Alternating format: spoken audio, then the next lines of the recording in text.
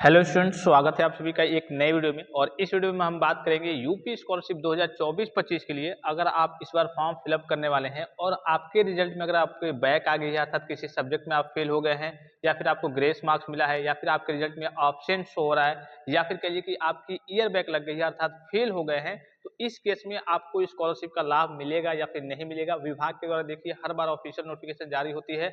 और इस बार की बात करें तो आपका जो फॉर्म भरने का प्रोसेस है वो भी थोड़ा सा कहिए कि अलग कर दिया गया है, फ्रेश बच्चों के लिए भी और रिन्यूअल बच्चों के लिए। तो फॉर्म भरने का पूरा प्रोसेस मैंने आपको बताया है, जाकर के आप प्लेलिस्ट से देख भी सकते हैं।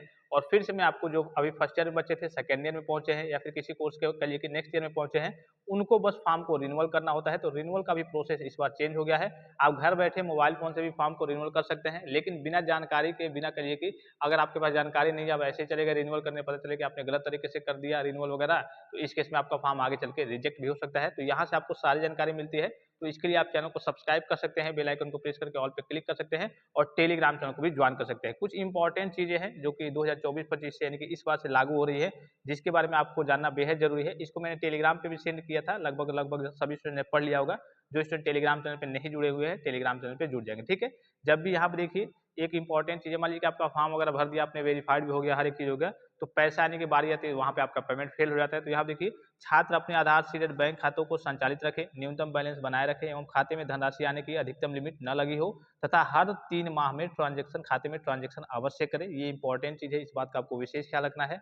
पता चले कि आपका पैसा भेजा जाए लास्ट में और आपका पैसा आ ही ना पाए, तो सारा मेहनत आपका बेकार चला जाएगा। तो इस बात का आपको विशेष ख्याल रखना है। तो सबसे पहले आप ये समझ लीजिए, अगर आपका यहाँ देखिए बैक का मतलब क्या होता है, किसी सब्जेक्ट में आपकी बैक लगी है, 1 2 3 4 सब्जेक्ट में आपकी बैक लगी है, मतलब कि सब्जेक्ट में आप फेल होते हैं, तो इस केस में आपको स्कॉलरशिप का लाभ मिलता है, आप एलिजिबल रहते हैं। आपके रिजल्ट में भी लिख के आ सकता है कि एलिजिबल फॉर बैक, या फिर एलिजिबल फॉर नेक्स्ट सेमेस्टर, या फिर प्रमोटेड विथ बैक, या फिर प्रमोटेड विथ मार्क्स करके आएगा। तो अगर आपकी बैक वगैरह लगी है तब भी आप एलिजिबल रहते हैं। अगर आपको ग्रेस मिला है तब भी आप स्कॉलरशिप के लिए एलिजिबल रहते हैं। अगर आपका ऑब्सेंट है, ऑब्सेंट मतलब क्या हुआ है, आपकी बैक ही लगी है, तब भी आप एलिजिबल रहते हैं। अगर आपका ईयर बैक लगा है अर्थात आप फेल हो गए हैं, तो इस केस में आपको स्कॉलरशिप का लाभ नहीं मिलता है। 1 साल आपका वेस्ट जाता ही है, फीस तो लगेगी ही आपकी, ठीक है। 1 साल आपका वेस्ट भी चला गया। जैसे कि किसी कोर्स की बात करें, मान लीजिए कि हम पॉलिटेक्निक की बात करें, पॉलिटेक्निक आपका 3 साल का है, तो अब आपका ईयर बैक हो गया है, आप फेल हो गए हैं 1 साल, तो किसी साल मान लीजिए कि सेकेंड ईयर में फेल हो गए हैं, तो सेकेंड ईयर एक बार आपको और पढ़ना पड़ेगा। मतलब अगर आपकी ईयर बैक लग जाती है, किसी भी ईयर में आप फेल हो जाते हैं, तो इस केस में आपको स्कॉलरशिप का लाभ सरकार के द्वारा अर्थात कह सकते हैं शासन के द्वारा नहीं दिया जाता है। और ये ऑफिशियल नोटिफिकेशन में भी मेंशन होता है। चलिए एक बार मैं आपको ऑफिशियल नोटिफिकेशन में दिखा दूं, यहाँ पे आपको दिख रहा होगा, अनुत्तीर्ण यानी कि फेल छात्र किसी भी दशा में छात्रवृत्ति हेतु आवेदन न करे, ठीक है।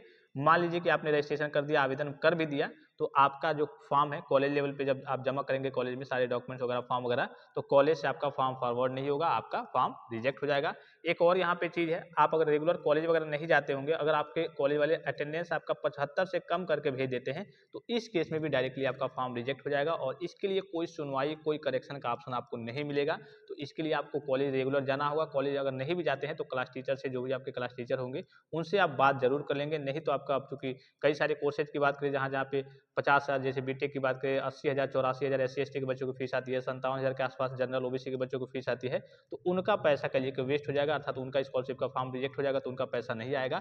फिर नेक्स्ट ईयर में फीस जमा करने के लिए उनको काफी सारी परेशानियों का सामना करना पड़ेगा। तो आप अपने कॉलेज के क्लास टीचर से जरूर बात कर लेंगे कि हाँ, मेरा अटेंडेंस आप इतना करके भेज दीजिएगा, भले कुछ पैसा वगैरह ले लीजिएगा, वो अलग चीज़ है। आपका जगह बायोमेट्रिक लग जाएगा, बायोमेट्रिक लग जाएगा तब तो आपको कॉलेज जाना ही होगा। आई होप कि वीडियो आपको इन्फॉर्मेटिव लगा होगा, और किसी प्रकार का संदेह हो, कोई जानकारी चाहिए, तो आप कमेंट बॉक्स में कमेंट करके पूछ सकते हैं। फिलहाल इस वीडियो में इतना, इजाजत दीजिए, धन्यवाद, थैंक्स फॉर वॉचिंग, मिलते हैं नेक्स्ट वीडियो में।